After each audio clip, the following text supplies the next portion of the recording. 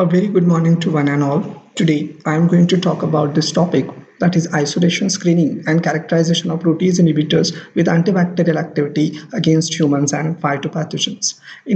Concerned with that, we will start with introduction. So, protease inhibitors are anything that inhibits the activity of proteases. Proteases are protein hydrolyzing enzyme which are very much important for maintaining the life. Now, as far as the selection of this topic is concerned, as protease inhibitor has wide range of application, like it has antimicrobial, anti-cancer, anti-venom activity. So we have selected this topic, but we have focused its antimicrobial applications because we are facing the problem of acquiring the antibiotic resistance, and I think protease inhibitor can solve the purpose. Now, as far as the source is concerned, as it is vital, so it is present in all the living cells.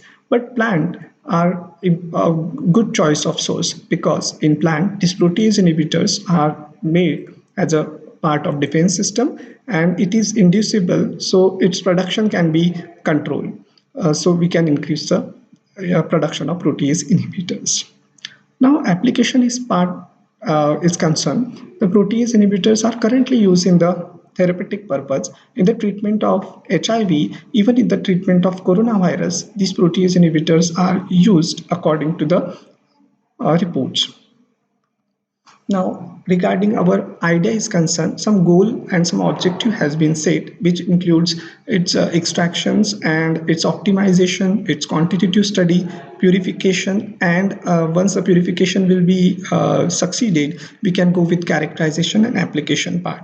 As far as the working principle is concerned, the plan is ready, and to execute that plan, we have this different step. So first, we can start with the collection of the different plant sample, which include the different tissues like leaves, seeds, or fruits. Once the plant is collected, the next step is the extraction, screening, and standardization related studies. Even quantitative studies and kinetic studies will help to further select the final plant sample. Right after that, the next step will be the purification, because if the purification will be successfully achieved, we can use it in different applications. So at the end of this study, we will be able to get the efficient protease inhibitor from plant which will be safer to use for the different application. Standardization and optimization study will reduce the cost, as more production from the low cost material will help to make the very cheaper system. Then stability study, which are also the part of our research work, will broaden the applications. So we will be able to use this VI at extremes of condition as well.